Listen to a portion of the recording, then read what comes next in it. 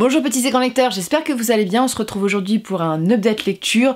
Avant toute chose, je tenais à remercier tous ceux qui ont contribué à la campagne Ulule pour Nous regrettons la mort d'Arnaud Cazelle. Et je vous remercie aussi de partager voilà, cette information, la page Ulule, sur comme vous voulez, mais d'en parler dans votre entourage et tout. Et je vous remercie aussi pour ça. Pour ceux qui n'ont pas suivi, j'ai fait une vidéo la semaine dernière à ce sujet. Nous regrettons la mort, c'est la nouvelle publication des Trois Nornes qui sortira en mai 2022, qui est un récit entre la mythologie celtique et la mythologie nordique qui traite de la question que j'aime particulièrement de la chasse aux sorcières. On suit donc une inquisitrice qui est Feinella, qui revient sur la terre de ses ancêtres pour traquer la Corneille Blanche, une sorcière. Les sorcières sont traquées parce qu'elles ont chassé la mort et depuis, les morts se réveillent et deviennent des spectres dévoreurs d'humains et ça devient un problème de société très compliqué. Donc Feinella va devoir procéder à ce long voyage dans tous les sens du terme voyage avec son compagnon Caléane, son ancien voisin qui est fromager et marin, qui va donc l'aider dans cette tâche, avec laquelle il n'est pas forcément d'accord. Donc c'est un roman qui parle de génération, de voyage, de chasse aux sorcières, c'est palpitant, c'est émouvant, c'est un one shot, donc voilà, un tome unique et c'est toujours fabriqué en France, voilà, et non distribué sur Amazon, mais je vous laisse avec ça, allez regarder la vidéo de dimanche si ça vous intéresse et je vous remercie encore beaucoup pour le soutien, surtout dans cette période un peu difficile pour le monde du livre. Et aujourd'hui, je vous présente donc 3 romans. Il y a une déception et je sais d'auparavant que cette vidéo va avoir des pouces rouges parce que chaque fois que j'ai une déception ça fonctionne comme ça, surtout sur un titre aussi hype. Ça va être voilà, mon avis dessus, mais il faut savoir que ce livre est quand même grandement aimé, même si dans mon malheur j'avais quand même laissé une bouteille à la mer sur Instagram en me disant est-ce que vous êtes les seuls à ne pas avoir apprécié ce roman, bah on va le traiter tout de suite comme ça va être fait. Bon, je n'étais pas la seule, il y a eu beaucoup de gens qui ont ressenti le même ennui que moi et un peu les mêmes critiques et j'ai clairement 2 personnes qui m'ont dit qu'ils osaient pas le dire parce que c'était un peu mal vu de ne pas aimer cet auteur en ce moment. Comment vous amener ça? J'ai lu la deuxième partie de Justicière de Brandon Sanderson. Alors, Brandon Sanderson, vous le voyez constamment sur les réseaux sociaux, il a sorti une vidéo il y a très récemment où il a fait un peu peur à tout le monde pour nous dire en fait qu'il allait publier plus de bouquins, donc voilà, beaucoup marketing. Je dois le dire comme un très bon bâtisseur de world building. C'est la première série que j'avais lue de lui, donc qui est... comment t'appelles-tu, série série Mistborn, j'avais bien aimé, mais il y avait quand même des gros défauts selon moi. Voilà, j'avais pas aimé le trope de la Marissou dans le texte, voilà, c'était pas trop mon truc. J'avais pas aimé beaucoup de personnages, ce qui fait que ça avait un peu entaché ma lecture. Par contre, la série que je vais vous présenter, Les Archives de Rochard, pour l'instant ça a été une très bonne lecture. Je me suis ennuyée dans la première partie de la Justicière 1, il y avait quelques moments qui étaient ennuyants, je l'ai lu dans l'avion, je me souviens, mais la deuxième partie était formidable, on avait envie de suivre, et puis il y avait une révélation de ouf dans cette deuxième partie. Et cette deuxième partie a été une longue traversée du désert pour ma part. Si je devais qualifier le livre, et là on va pas mâcher ces mots, ça a été l'ennui. L'ennui est une des rares fois où ça me faisait chier de lire le livre. J'étais vraiment en train de me dire, il faut que tu le termines, vraiment, parce que voilà, tu le dois aussi aux gens qui te regardent, parce que bah ils ont peut-être envie d'avoir cet avis-là. Et puis bon, c'est Sanderson, il faudrait quand même que tu lises, parce que c'est la première fois qu'un tome m'a autant... J'en pouvais plus. Je lisais des livres en parallèle, j'étais en mode j'ai envie de lire tellement d'autres choses que ça, tu vois. Et certes la fin est un peu plus palpitante, mais ça a été quand même assez long. Alors il faut replacer que Les Archives de Rochard, c'est un univers qui est assez complexe, avec de grands guillemets, il y a quand même de la nourriture et tout. Mais c'est vrai que Justicière, pour moi, la partie 1 et 2, est selon moi ce qui est le moins bon dans le cycle. Alors dans celui-ci, on suit les événements donc de la partie 1 qui était assez ouf. Autant le livre des radieux, souvenez-vous de la bataille qui est une bataille, mais mon dieu, le gouffre de Helm pour moi dans mon cœur, hein, voilà, pas autant, mais c'était une bataille qui était vraiment très bonne. Donc je m'attendais un peu au même schéma et j'ai pas trop été servie. En fait, dans cette partie 2, ce qui m'a un peu désappointé, on va sortir le mot désappointé, c'est que j'ai l'impression que les personnages sont devenus des parodies d'eux-mêmes. Moi qui adorais Shallan, je la trouvais insupportable à la fin d'être un peu cette Miss je sais tout et qui résout les problèmes. Voilà, elle a un peu la Hermione Granger du texte parfois, mais un peu en insupportable. Pareil, Kaladin, alors que c'est pas mon préf Kaladin, mais en héros torturé, voilà, il a même pas la nana, machin. Ça me gonflait en fait, et en fait il y a une espèce d'humour chez Sanderson que moi je suis pas hyper captivée par cet humour très enfantin. Voilà, ça me fait pas rire pour le coup. Pareil, les apitoiements des personnages, voilà. Donc, heureusement il y a Adeline, merci mon Dieu, qui me tire un peu de là en me disant ça va aller, tu vas t'en sortir. J'étais en mode oh, ça va aller. Donc heureusement qu'il y a 2-3 personnages, mais ils devenaient des parodies d'eux-mêmes. Même le personnage de Dalinar, qui est un peu le personnage essentiel de cette partie-ci, ça devenait en fait, on a des parties de lui dans sa jeunesse pour expliquer un peu l'évolution du personnage, de ce qu'il a fait. Et en fait, bah, on a compris qu'il était méchant, qu'il avait fait des choses horribles. Mais j'ai l'impression que c'était répétitif et long. Et j'étais en mode, mais on va jamais s'en sortir. Il y a juste à la fin où, alors vous allez vous dire, il y avait une décision de scénario. Je me suis dit, oh, chouette, il y a quelqu'un qui va devenir méchant. Et après, ah merde, c'est pas le cas. Donc j'étais en mode, même le scénario, je pensais qu'on allait avoir un truc qui allait être en mode oui, ça va être moins, on est les gentils, youpi, tu vois. Et j'étais en mode bah non en fait. Donc j'ai été désappointée par le scénario aussi. Donc heureusement à la fin il y a des choses qui sont un peu plus intéressantes, ça s'emballe un peu au niveau de la quête. Il y a ce gros parti pris avec un personnage, est-ce qu'il va devenir bon, mauvais, voilà, comment ça va évoluer. Ça c'était palpitant parce qu'on a envie de suivre. Alors au contrario de plein de gens, parce que plein de gens m'ont dit est-ce que tu t'es ennuyé quand ils étaient un peu dans le monde des Frênes là et tout. Bah, en fait moi c'est un des moments que j'ai un peu apprécié du roman parce qu'on avait un peu des trucs nouveaux, de la construction d'univers, parce que sinon les personnages qui font des plans sur les machins, même la bataille elle était pas, c'était pas ouf. Donc franchement pour moi, ça n'a pas été une réussite. Alors, je sais qu'il faut pas toucher aux archives de Rochard, je sais, mais je suis passée à côté et je pense que véritablement, c'est l'ennui de la lecture. Si un livre de fantasy n'arrive pas à me faire envie de tourner la page, c'est que voilà, j'ai un problème avec ce livre-là. Ça ne m'empêchera pas de lire Rhythm of the War, qui est donc le 3e tome, parce que vous savez en français on les a coupés en 2, mais j'attends la sortie poche parce que pour moi un demi-grand format, parce que vous savez là ils sont en poche, ils sont à 10,90 €, qui paraît voilà un bon prix. Le format grand format, c'est pas des grands formats, c'est des grands formats poche, vous savez, c'est l'intermédiaire, sauf qu'ils le vendent au même prix, voire même cher pour un grand format. Donc ce qui fait que j'attends la sortie poche. Voilà, je vais pas me faire chier, sachant que les livres, vous savez mon avis sur la qualité des couvertures de Sanderson en français, c'était pas des livres de collection selon moi, donc je préfère les attendre en poche.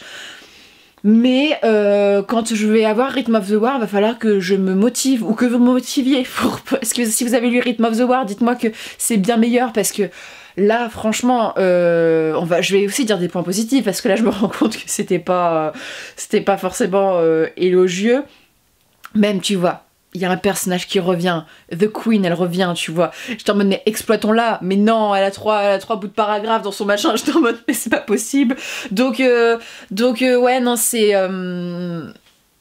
a été déceptif. Au début, je pensais que, parce que franchement, la deuxième partie de la première, alors c'est compliqué avec Sanderson, mais le deuxième partie en fait de la première partie de Justicière, c'était vachement bien, du genre c'était palpitant et tout, et là ça retombe comme un soufflet. J'étais en mode mais qu'est-ce qui se passe? Donc voilà, les 200, ouais, on va dire ça, au début on était encore dans quelque chose de bien, et puis moi j'en ai eu jusque là, je me fais chier, avec un tout petit peu d'intérêt au milieu pour certains trucs. Et pareil, il y a de l'éparpillement dans les personnages.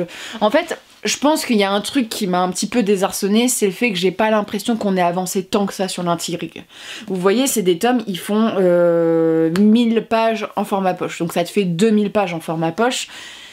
Et en soi, j'ai pas l'impression... Alors certes, il y a du world building qui a avancé, on avance un petit peu. En fait, j'ai l'impression de relire... Alors, ça m'arrache le cœur de dire ça, mais de lire du Jordan un petit peu. Alors c'est peut-être une inspiration, mais dans le mode on tourne autour d'Oupo avec plein de points de vue et de personnages différents, et en soi, on attend. Parce que Justicière, pour ceux qui l'ont lu, c'est le nom d'une épée, c'est super. En fait, à part le background du personnage de Dalinar, j'ai pas vraiment eu beaucoup d'avancement, et un peu sur la guerre et tout, mais même en niveau stratégique, guerroyant et tout. Le seul truc qu'on n'a pas à reprocher à Sanderson sur celui-ci, c'est que c'est très visuel. C'est très beau quand ils vont avec les Sren, là, qui expliquent un peu les différents types et tout. C'est beau, tu vois, tu les imagines. Visuellement, c'est impactant.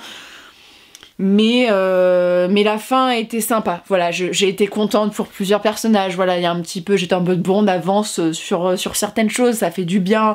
Et j'ai envie de lire la suite quand même, parce que cette fin te titille, tu vois.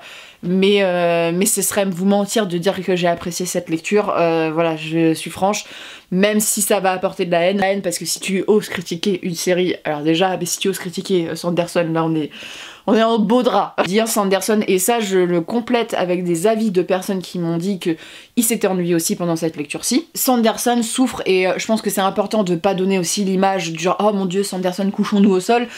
Sanderson, il y a quand même des problèmes de rythme parfois dans le texte, et voilà, donc là c'est très prégnant dans celui-ci. Donc ce que je vais dire est un petit peu violent je pense, mais je préférais qu'il prenne plus son temps pour écrire ses intrigues et ses livres, et d'avoir des choses qui sont un petit peu moins ennuyantes au niveau du rythme, et que de nous sortir des bouquins. Alors c'est super, hein, avec Sanderson on n'a pas la patience de George, hein, c'est sûr. Voilà, c'est assez rare en fantasy, mais je préfère attendre et avoir un truc où je suis totalement comblée que d'avoir un livre là où c'était quand même assez prévisible sur certains points, on va pas se le cacher. Donc voilà, je suis désolée pour les fans de Sanderson, mais ça me rend triste parce que les Archives de Rochard, c'était vraiment la série que j'appréciais le plus pour l'instant. Et là, l'ennui dans Mistborn, j'avais pas eu tellement... S'il y a eu un moment où, dans le tome 2, je crois que j'avais quand même été un peu ennuyée. Là, je me suis vraiment ennuyée à certains moments.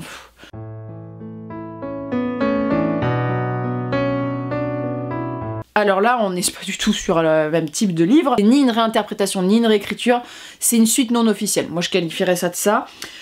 Sherlock Holmes et la bête de Stapleton, de James Lovegrove. Donc, c'est la suite des histoires de Sherlock Holmes et de Watson, mais avec un angle... Alors, ils sont très... J'oublie de montrer, mais c'est des collections qui sont très très belles chez Brajlon. Avec un angle fantastique, c'est vraiment au sens propre du 19e siècle, c'est-à-dire ce qui sort de l'habituel, ce qui est frais, voilà, le hors-là. Vous voyez, si je peux décrire vraiment dans ce genre de fantastique-là. Ici, c'est la suite du Chien des Baskerville, grand chef-d'œuvre de Sherlock Holmes, où on retrouve les personnages de ce roman-ci. Sherlock va être recontacté, il va donc mener l'enquête parce qu'il y a donc, je sais plus comment ça s'appelle, le nom de la créature. Vous savez, c'est ça, c'est les espèces de trucs, alors moi j'appelle ça des mythes, mais c'est pas des mythes, mais... Vous savez, la nuit, là, et tout ça, je suis pas douée en zoologie, je suis désolée, mais géante qui aurait attaqué des gens. Et notamment, il y a eu des meurtres, quoi. Donc Sherlock va être envoyé là-bas, et lui, il est toujours en mode « le fantastique n'existe pas ». Voilà, il est là pour démonter ça aussi. Dans le Chien des Baskerville, alors, désolée, je vais vous spoiler le Chien des Baskerville, mais vous savez très bien que c'est une histoire d'un chien qui a été éduqué pour attaquer et tout, donc voilà, il y a des références à ça et tout. C'est un livre, alors...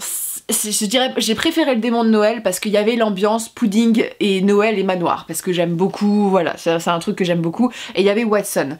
Dans celui-ci, la première partie, Watson n'est pas présent parce qu'il a été traumatisé de l'aventure de Baskerville, ce qui est assez compréhensible, et Sherlock va donc être accompagné par un homme, alors il donne pas son nom, mais c'est un américain, un afro-américain il me semble dans le texte, donc c'était original parce que dans les Sherlock Holmes c'est pas ce qu'il y avait forcément, et donc on retourne sur cette terre, il y a cette enquête, voilà, où on essaye de savoir avec des rebondissements et tout, cette créature, Watson revient, donc ça redonne un petit peu un souffle au récit, et il y a plein de références au Chien des Baskerville. Donc je pense que pour les gens qui aiment ce texte, ils vont apprécier toutes les références et tout ça.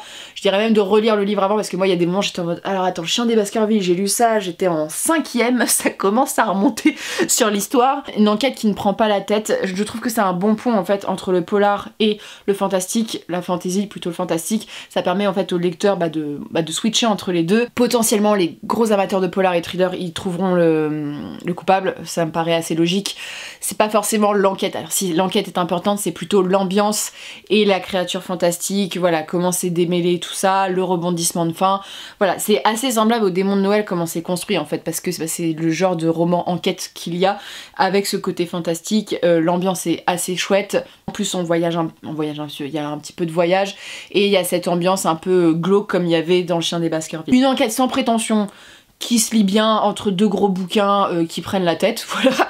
Et si vous aimez Sherlock, je pense que ça vous aimerez. Par contre, ne vous fiez pas à l'idée que c'est de la même qualité. Là, on est sur un livre non officiel, vraiment pour les amateurs du genre, qui aiment un peu le fantastique, qui aiment un peu, voilà, ce côté un peu étrange et tout ça. Moi, ça me fait penser un peu à un cabinet de curiosité, en fait, ce type de livre. Voilà, c'est un peu dans ce délire-là. Très beau livre. J'aurais voulu vous en présenter un en plus. J'avais demandé un livre avec Toulouse, mais je ne l'ai pas reçu. Donc voilà, vous n'aurez que La Bête de Stapleton pour le coup, mais c'est des beaux ouvrages dans la bibliothèque, ils sont shiny et il est au prix de 25 €. Voilà, comme à chaque fois avec Brajlon, c'est des ouvrages qui sont assez courts et qui se lisent assez vite, et comme je vous dis, la mise en page et le livre esthétiquement est très beau quoi, et même les pages elles sont rondes, vous voyez, il y a quand même un beau travail éditorial autour qui est vraiment sympa. Voilà, si je peux vous montrer, parce que c'est rare d'avoir des beaux livres comme ça, forcément illustrés, mais voilà. Très très beau travail, voilà, pour le coup.